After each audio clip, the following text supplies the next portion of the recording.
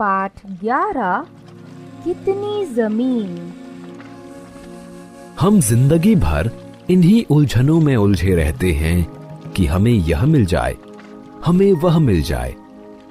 हमारी इच्छाएं असीमित व सपने अनंत हैं। इन सभी भौतिक वस्तुओं को एकत्र करते हुए हम जीवन की वास्तविक खुशियों को भूल जाते हैं और लालचवश संग्रहित वस्तुओं का उपभोग भी नहीं कर पाते। आदि शंकराचार्य जी ने कहा है कि यह मोह से भरा हुआ संसार एक स्वप्न की ही तरह है। यह तब तक ही सत्य प्रतीत होता है जब तक व्यक्ति अज्ञान रूपी निद्रा में सो रहा होता है, परंतु जाग जाने पर इसकी कोई सत्ता नहीं रहती। 2 बहनें थीं। बड़ी बहन का कस्बे में एक सौदागर से विवाह हुआ था, जबकि छोटी का विवाह देहात में किसान के घर हुआ था। बड़ी बहन छोटी बहन के घर आकर अपने शहर के जीवन की तारीफ करने लगी। देखो कैसे आराम से हम रहते हैं। फैंसी कपड़े और ठाठ के सामान, स्वाद स्वाद की खाने पीने की चीजें, और फिर तमाशे, थिएटर, बाग बगीचे। छोटी बहन को बात लग गई। मैं तो अपनी जिंदगी की तुम्हारे साथ अदला बदली कभी ना करूं। हम सीधे साधे और रूखे से रहते हैं तो क्या, चिंता फिकर से तो छूटे हैं।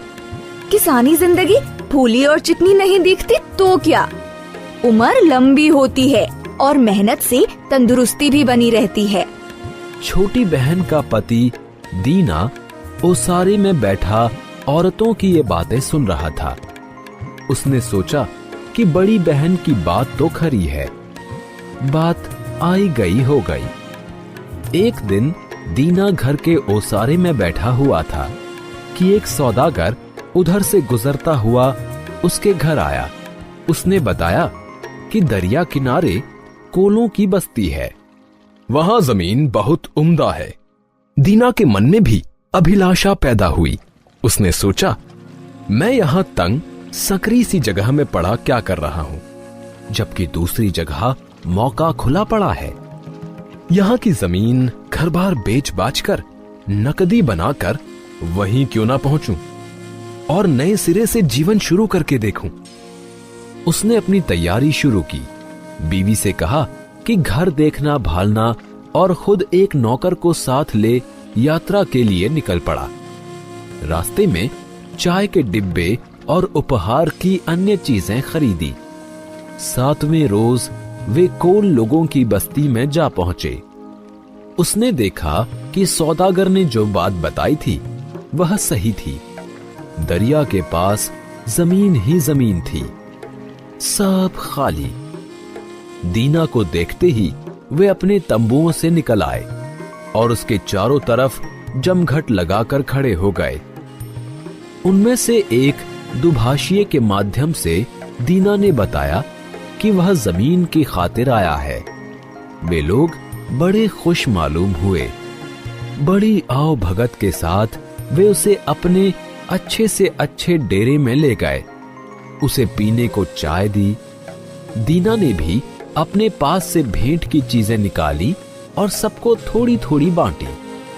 कोल लोग बड़े खुश थे। फिर दुभाषिए से उन्होंने कहा कि मेहमान को सब समझा दो। दुभाषिए ने उसे समझाते हुए कहा कि ये लोग कहना चाहते हैं कि हम आपके आने से खुश हैं। बतलाइए कि हमारे पास कौन सी चीज है जो आपको सबसे पसंद है, ताकि हम उसी से आपकी खातिर कर सकें। दीना ने जवाब दिया कि जिस चीज को देखकर मैं बहुत खुश हूं वह आपकी जमीन है। हमारे यहाँ जमीन इतनी उपजाऊ भी नहीं है, लेकिन यहाँ उसका कोई अंत नहीं है और यह जमीन उपजाऊ भी खूब है। मैंने तो अपनी आंखों से यहाँ जैसी धरती कहीं और नहीं देखी। दुभाषिए ने दीना की बात अपने लोगों को समझा दी। कुछ देर वे आपस में सलाह करते रहे। बातचीत चल ही रही थी कि बड़ी सी बालदार टोपी पहने उनका सरदार वहां आ पहुंचा। सब चुप होकर उसके सम्मान में खड़े हो गए।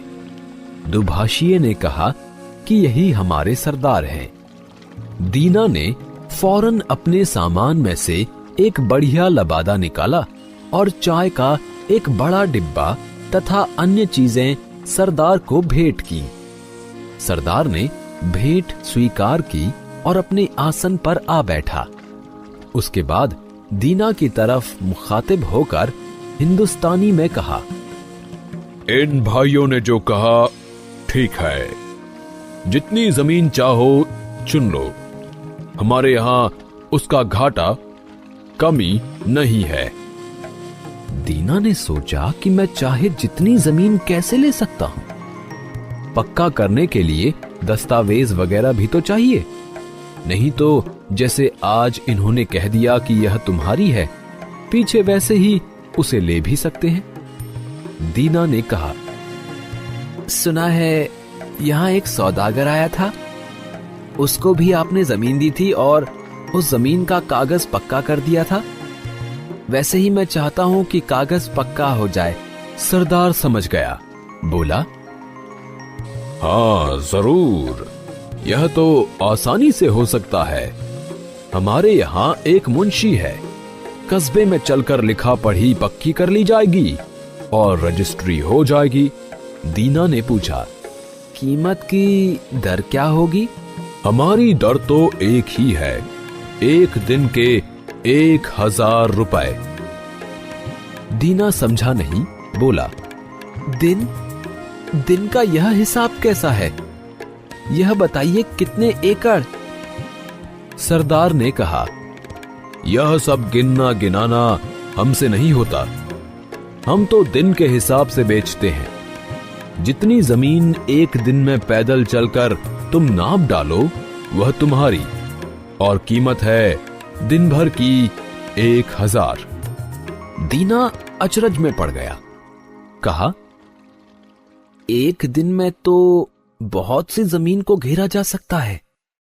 सरदार हंसा, बोला, हाँ क्यों नहीं, बस वह सब तुम्हारी, लेकिन एक शर्त है, अगर तुम उसी दिन उसी जगह ना आ गए जहां से चले थे तो कीमत जब्त समझी जाएगी। दीना खुश हुआ। तय हुआ कि अगले दिन सवेरे ही चलना शुरू कर दिया जाएगा। फिर कुछ गपशप हुई, खाना पीना हुआ। ऐसे ही करते कराते रात हो गई। दीना बिस्तर पर लेटा तो रहा, पर उसे नींद ना आई। रह रहकर वह जमीन के बारे में ही सोचने लगता था। दरवाजे के बाहर झांक कर जो देखा तो सवेरा होने वाला था। वह खड़ा हो गया और गाड़ी में सोते हुए अपने आदमी को जगाया। कहा कि गाड़ी तैयार करो, और खुद को लोगों को बुलाने चल दिया। जाकर कहा, सवेरा हो गया है, जमीन नापने चल पड़ना चाहिए। कोल तैयार हुए और सब चल पड़े। दीना ने फावड़ा साथ रख लिया था। खुले मैदान में जब पहुंचे तब तड़का फूट ही रहा था। पास एक ऊंची टेकड़ी थी, पार खुला बिछा मैदान। टेकड़ी पर पहुंचकर सरदार ने आगे दूर तक फैले मैदान की तरफ हाथ उठाकर दीना से कहा कि देखते हो, जहां तक आंख जाती है वहां तक हम लोगों की जमीन है, उसमें से जितनी तुम चाहो ले लो। दीना की आंखें चमक उठी। धरती एकदम अछूती पड़ी थी। सरदार ने अपने सिर की रोएदार टोपी उतारी और धरती पर रख दी। कहा, यह निशान रहा, यहां से चलो और यहीं आ जाओ। जितनी जमीन चल लोगे वही तुम्हारी। दीना ने भी रुपए निकाले और टोपी पर गिनकर रख दिए। फिर उसने पहना हुआ अपना कोट उतार डाला और धोती को कस लिया। अंगोछे में रोटी रखी, आस्तीनें चढ़ाई, पानी का बंदोबस्त किया। आदमी से फावड़ा लिया और चलने को तैयार खड़ा हो गया। कुछ क्षण सोचता रह गया कि किस तरफ को चलना बेहतर होगा। सभी तरफ का लालच था। उसने तय किया कि ठंड ठंड में रास्ता अच्छा पार हो सकता है। वह खुले मैदान में कदम बढ़ाकर चल दिया। शुरू में वह न धीमे चला न तेज। 1001 गज चलने पर वह ठहरा। वहां एक गड्ढा किया और घास ऊंची चिंदी कि आसानी से दिखाई दे। फिर आगे बढ़ा। उसके बदन में फुर्ती आ गई। उसने चाल तेज कर दी। कुछ देर बाद दूसरा गड्ढा खोदा। अब पीछे मुड़कर देखा। सूरज की धूप में टेकड़ी साफ दिखती थी। उस पर आदमी खड़े थे। अंदाजन 3 मील तो वह आ गया होगा। धूप में ताप आता जाता था। कुर्ते पर से वास्कट उतारकर उसने कंधे पर डाल ली और फिर चल पड़ा। आगे चलकर उसने जूते उतारकर अपनी धोती में खोस लिए और फिर बढ़ चला। अब चलना आसान था। सोचा, अभी 3-1 मील तो और चला चलूं, तब दूसरी दिशा लूंगा। कैसी उम्दा जगह है, इसे हाथ से जाने देना हिमाकत है। लेकिन क्या अजब बात है कि जितना आगे बढ़ो उतनी जमीन एक से एक बढ़कर मिलती है। कुछ देर वह सीधा बढ़ चला। फिर पीछे मुड़कर देखा तो टेकड़ी मुश्किल से दिख पड़ती थी और उस पर के आदमी रेंगती चींटी से मालूम होते थे और वहां धूप में जाने क्या कुछ चलता हुआ सा दिख पड़ता था। दीना ने सोचा, ओह, मैं इधर काफी बढ़ आया हूं, अब लौटना चाहिए। बेहद पसीना आ रहा था और प्यास भी लगाई थी। यहां ठहरकर उसने गड्ढा किया, ऊपर घास का ढेर चिन दिया। उसके बाद पानी पीकर सीधा बाईं तरफ मुड़ गया। आगे चलता चला गया। गर्मी बढ़ रही थी। वह थकने लगा। उसने सूरज की तरफ देखा। सिर पर दोपहर हो आई थी। सोचा, अब जरा आराम कर लेना चाहिए। वह बैठ गया, रोटी निकालकर खाई और कुछ पानी पिया। कुछ देर बैठकर फिर आगे बढ़ चला। खाने से उसमें दम आ गया था, लेकिन गर्मी तीखी हो चली थी। सोचा कि तकलीफ घड़ी 2 घड़ी की है, आराम जिंदगी भर का हो जाएगा। इस तरह भी उसने काफी लंबी राह नापी। वह बाईं तरफ मुड़ने वाला ही था कि आगे जमीन उपजाऊ दिखाई दी। उसने सोचा कि इस टुकड़े को छोड़ना तो मूर्खता होगी। यहां ऐसी पटसन उगेगी कि क्या कहना। यह सोच उसने उस टुकड़े को भी नाप डाला और पार आकर गड्ढे का निशान बना दिया। फिर दूसरी तरफ मुड़ा। टेकड़ी की तरफ देखा तो ताप के मारे हवा कांपती सी मालूम हुई। उस कंपकपी के धुंधकारे में से वह टेकड़ी की जगह मुश्किल से दिखाई पड़ती थी। दीना ने सोचा कि क्षेत्र की ये 2 भुजाएं मैंने ज्यादा नाप डाली हैं। वह तेज कदमों से तीसरी तरफ बढ़ा। उसने सूरज को देखा। सूरज कोई 2/3 अपना चक्कर काट चुका था। मुकाम से अभी वह 10 मील दूर था। उसने सोचा कि छोड़ो, जाने भी दो।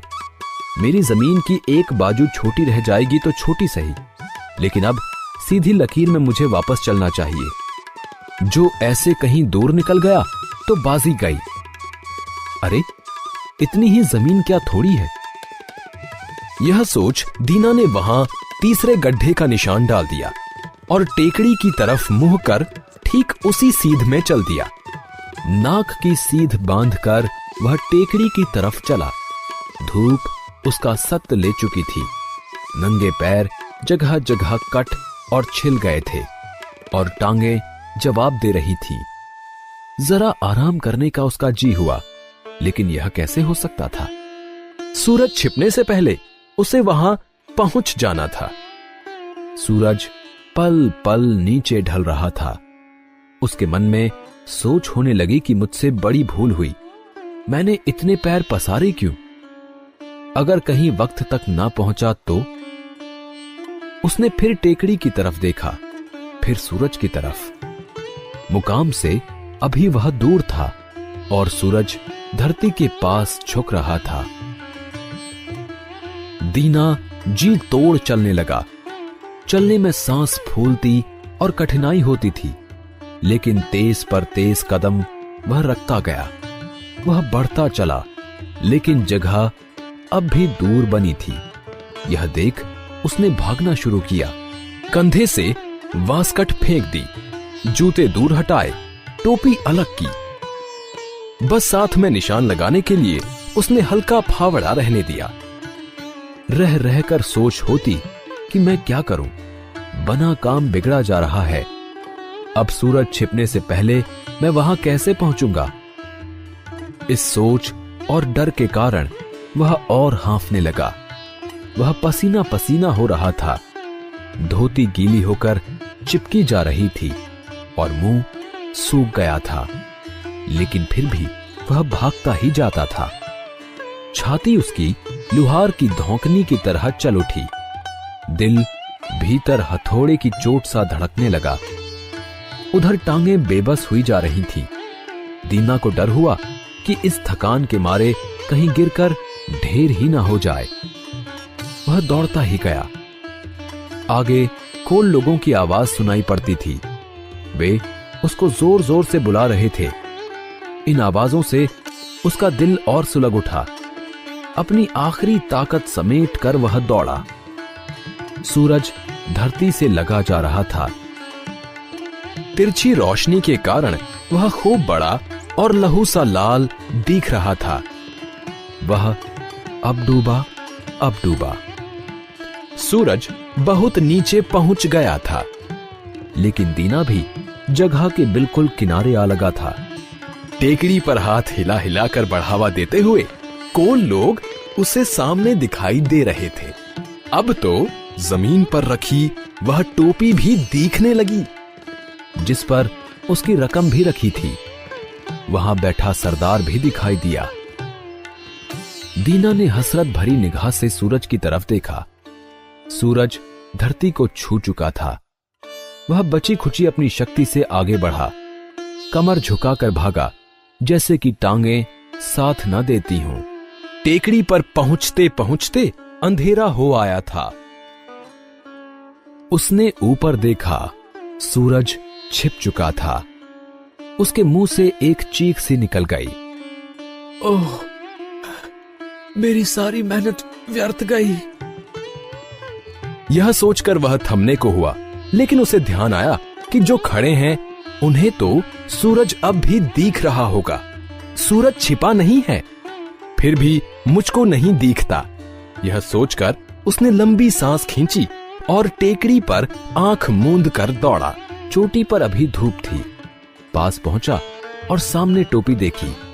बराबर सरदार बैठा वहीं पेट पकड़े हंस रहा था। टांगों ने जवाब दे दिया। वह मुंह के बल आगे को गिरा और उसके हाथ टोपी तक जा पहुंचे। खूब खूब सरदार ने कहा, देखो उसने कितनी जमीन ले डाली। दीना का नौकर दौड़ा आया और उसने मालिक को उठाना चाहा, लेकिन देखता क्या है कि मालिक के मुंह से खून निकल रहा है। दीना मर चुका था। को लोग दया और व्यंग से हंसने लगे। नौकर ने फावड़ा लिया और दीना के लिए कब्र खोदी और उसमें लिटा दिया। सिर से पांव तक कुल 6 फुट जमीन उसे काफी हुई।